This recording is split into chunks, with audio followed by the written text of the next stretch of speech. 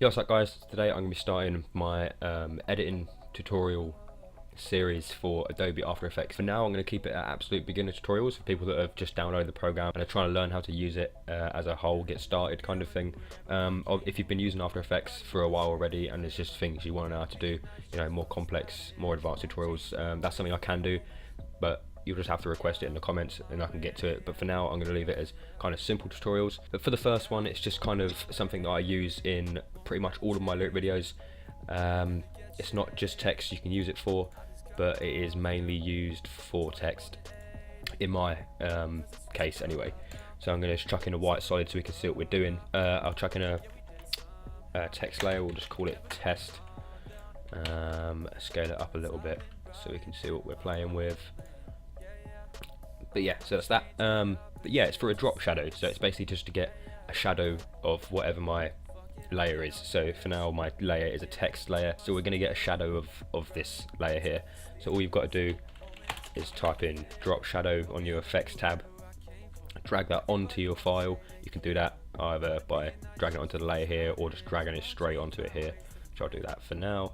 And it comes up like this. So if you can see that, we get this kind of little shadow here underneath our layer.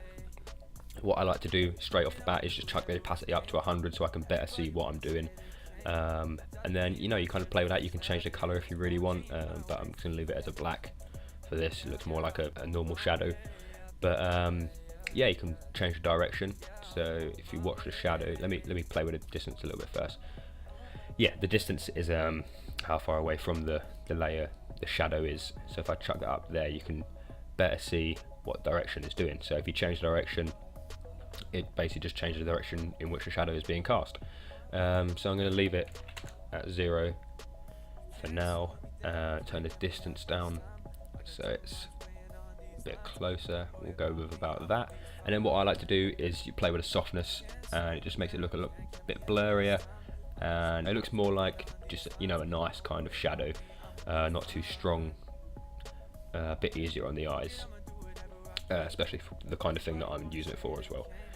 But that's basically the basics of it. Chuck the distance up and turn it round underneath like that. So yeah, it gets this nice kind of shadow effect. It gives everything a bit more depth. It just looks a bit nice in my opinion.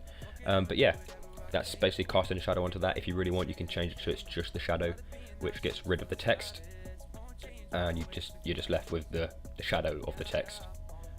But I never really play with that, but that's something you can do if you want.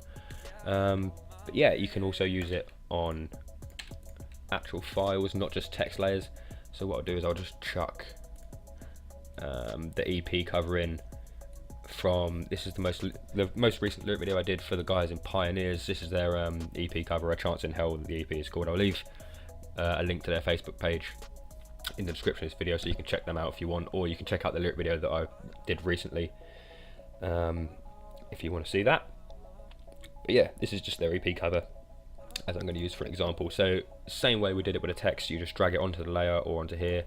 It's a bit harder to see it on this one because it's a bit bigger, but let me turn the opacity up to 100. You can see this black line here, that is our shadow. So if you change the distance, there we go, we can see it a bit better now. It's basically the same thing, we just get a shadow of our square album cover here. So let me turn this down to half so it runs a bit better for us. And then change the softness. Again, it does the exact same thing as it would in a text layer. So you can get it a little bit of depth on the album artwork. Like that. So yeah, it's exactly the same as doing it on a text layer. It's, you know, it's quite an easy thing to do. All you have to do is type in drop shadow, drag it onto your layer, play with the settings a little bit to give it a nice little shadow. It gives it a bit more depth, I think. I think it looks a lot nicer. I use it on a lot of things at the moment. But yeah, that's that. It's basically just a nice easy tutorial, which is what I'm going to keep these as for now. Just nice basic simple tutorials. Like I said before, if you have any requests for specific tutorials that are more advanced, you know, no problem doing them. Just leave a comment below or message me on any of my social medias that are linked in the description, and you know, I can get that sorted for you. If I don't have time to make a tutorial, I can always just message you and tell you how to do it that way. But yeah, I hope you enjoyed this tutorial. I hope you learned something from it. If you have any requests, just let me know and I'll get something done to better help you, hopefully. But I hope you enjoyed the video, and I'll see you in the next one.